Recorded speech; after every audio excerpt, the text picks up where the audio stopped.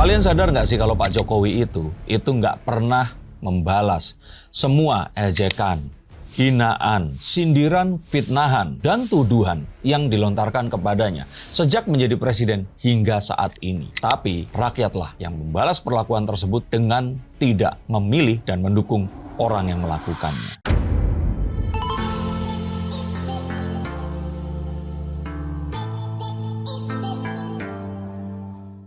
Kekalahan PDIP ini saya pikir adalah satu hal yang mutlak dan semua orang akan percaya. Walaupun mereka masih berdalih bahwa masih banyak gubernur di daerah-daerah di Indonesia yang merupakan kader dari PDIP. Tapi jumlah tersebut apakah mencerminkan kualitas? Karena kandang mereka saja sudah direbut dan dinetralisir sehingga sudah tidak menjadi kandang banteng lagi. Dan ini semua sebenarnya terlihat bermula dari kebiasaan atau kebudayaan mengejek yang terjadi saat Pak Jokowi masih menjadi presiden hingga di pilkada yang baru saja terjadi. Coba lihat video-video berikut ini. Padahal Pak Jokowi kalau nggak ada PDI Perjuangan juga aduh kasihan dah. KPK yang juga dibentak oleh Pak Jokowi akhirnya itu saya benarkan. Karena memang itulah proses intervensi. Hanya sayangnya kan Pak Jokowi ini sering main belakang. Berbeda Pak Prabowo yang sikapnya kesatria gitu kan. Itu yang kita lakukan. Jadi saya nyatakan di sini bahwa Anies Baswedan kriminalisasi itu perintah dari Presiden Jokowi. Masih ada yang main-main, sekali lagi yang gigit saya sendiri. Lewat cara saya, bisa lewat KPK, bisa. Bisa lewat Polri, bisa lewat Kejaksaan, akan saya bisikin aja. Di sana ada yang main-main. Ya masa saya mau gigit sendiri kan enggak mungkin. Nah ini kan sesuatu yang menurut saya kurang bijak.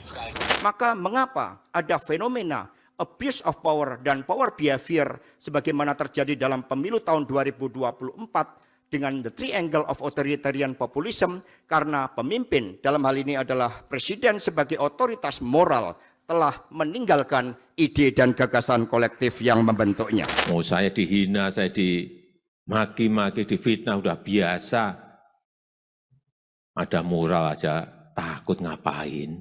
Bahkan satu lontaran ejekan yang dilakukan Mas Ganjar aja ini sampai dijadikan sebuah anekdot. Semakin kecil persentasenya semakin berisik. Kayak token listrik. Yang terbaru ini adalah Pak Jokowi itu dituduh memobilisasi parcok, Partai Coklat atau pihak kepolisian. Begitulah yang dituduhkan oleh beberapa elit dari PDIP yang kita pun akan bertanya-tanya, Pak Jokowi ini bisa memobilisasi dananya dari mana? Terus kepentingannya apa? Karena kalaupun ternyata hal itu terjadi, maka harus ada kepentingan secara langsung yang akan diperoleh jika ternyata ada sebuah investasi yang ditanamkan. Apakah memang betul teori bahwa Pak Listio ada di belakang ini semua hanyalah berdasar kesetiakawanan atau balas budi? Ini kan sebuah teori yang tidak bisa langsung dijelaskan dengan logika. Selain dana dari mana, maka pertanyaan kedua di sini adalah masa iya Pak Prabowo tidak mengetahui? Karena elit-elit PDIP ini seakan-akan ingin memisahkan antara Pak Prabowo dan Pak Jokowi. Ini dilakukannya oleh Pak Jokowi. Kalau Pak Prabowo ini kesatria, kalau Pak Prabowo ini jujur, kalau Pak Prabowo seakan-akan ingin dipisahkan, yang mana hal tersebut tidak akan mungkin terjadi karena saat ini Pak Listio atau Pak Polri ini ada betul di bawah perintah dan kepemimpinan dari Pak Prabowo Subianto, presiden kita. Masa iya Pak Listio memobilisasi parcok ini tadi, itu sebutan mereka, tanpa sepengetahuan Pak Prabowo? Maka akan menjadi aneh jika Pak Prabowo dipuji-puji dan Pak Jokowi yang saat ini sedang di Solo ini dipersalahkan. Stop dulu sebentar untuk kalian semua yang merasa atau menganggap bahwa saya hanya membacakan tarot untuk artis-artis. Kalian salah. Kalian pun berkesempatan untuk bertatap muka dengan saya atau menanyakan apapun yang kalian ingin tanyakan, dan biarkan kartu-kartu saya di sini mencoba untuk mencarikan alternatif jalan keluar dari pemecahan permasalahan yang terbaik untuk saat ini dan mendatang. Dan saya jamin ini semua akan private, hanya kalian dan saya yang akan mengetahuinya. Apapun permasalahannya. Karena saat sebuah masalah terjadi, sebenarnya sebuah solusi itu menanti. Dan siapa tahu solusi terbaik dari permasalahan kalian akan ketemu saat kalian ngobrol dengan saya dan izinkan saya untuk membuka setiap kartunya kepada kalian. Hubungi segera nomor di bawah ini dan pastikan nomor ini saja dan izinkan saya untuk membantu memecahkan permasalahan apapun yang kalian alami. Semoga informasi ini bisa membantu kalian memecahkan permasalahan kalian. Oke, lanjut ke konten yang berikutnya.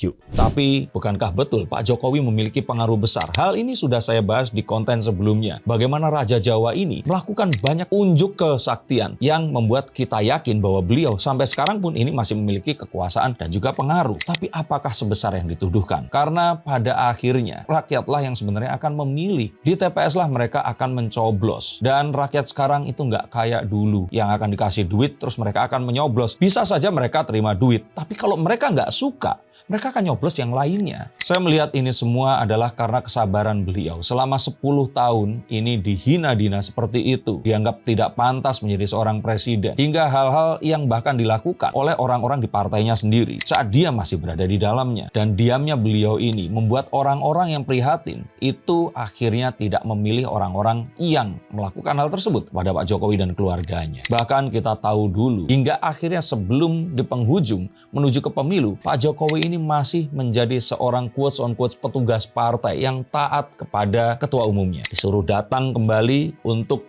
menjadi saksi dari dicalonkannya Mas Ganjar dan Pak Mahfud setelah beliau pulang ke Solo, itu pun beliau lakoni. Dia tetap setia. Hingga akhirnya sesuatu yang disepakati, bisa saja itu yang menjadi hal yang utama di sini, itu dikhianati oleh si pemberi kesepakatan ini tadi. Saya pikir jikalaupun ada hal yang saat ini bisa dipegang oleh beliau sehingga beliau ini masih memiliki kekuatan, itu adalah mungkin saja daftar hitam dari siapapun yang berbuat kecurangan saat beliau ini memimpin. Terus kemudian kalian akan bertanya, jika saat itu dia menjadi presiden, kenapa dia tidak menindak orang-orang ini tadi? Maka kita akan tahu bahwa Pak Jokowi saat itu selain menjadi presiden, dia masih menjadi petugas partai juga. Dan ini mungkin yang ingin dan berusaha untuk dihilangkan. Maka kita akan tahu bahwa selama PDIP ini masih melangsungkan jurus menyerang, menekan, menghina Pak Jokowi, maka saat itu juga semua kredibilitasnya, semua kepercayaan masyarakat kepadanya ini akan terus turun secara drastis. Dan kita tahu bahwa bahkan seorang Basuki Cahayapurnama, Ahok, yang menjadi fenomena di saat itu, saat ini setelah tergabung dengan PDIP, namanya mulai meredup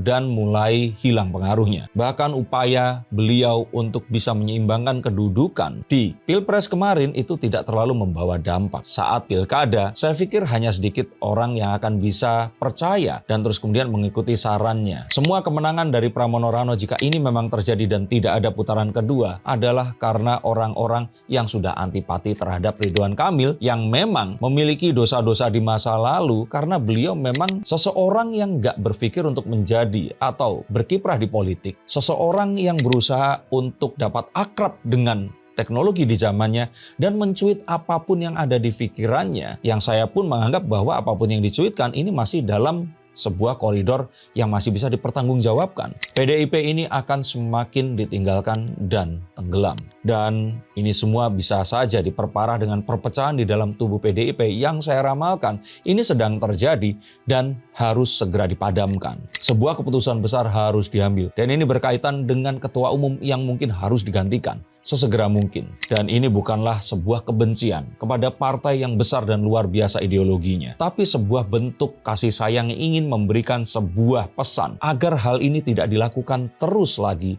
dan bisa berintrospeksi dan melakukan sesuatu yang akan lebih bisa menyelamatkan partai ini tadi. Dan mengapa saya katakan bahwa rekonsiliasi dengan Pak Jokowi itu adalah salah satu sekoci atau pelampung yang bisa menyelamatkan? Kalian bisa nonton dan juga memberikan komentar di video sebelum ini. Apakah kalian setuju jika mereka berhenti menghina, mengejek, memfitnah, dan menuduh, tapi alih-alih mencoba untuk merekonsiliasi hubungannya dan menarik Pak Jokowi pulang kembali? Coba tuliskan komentar kalian di bawah sini.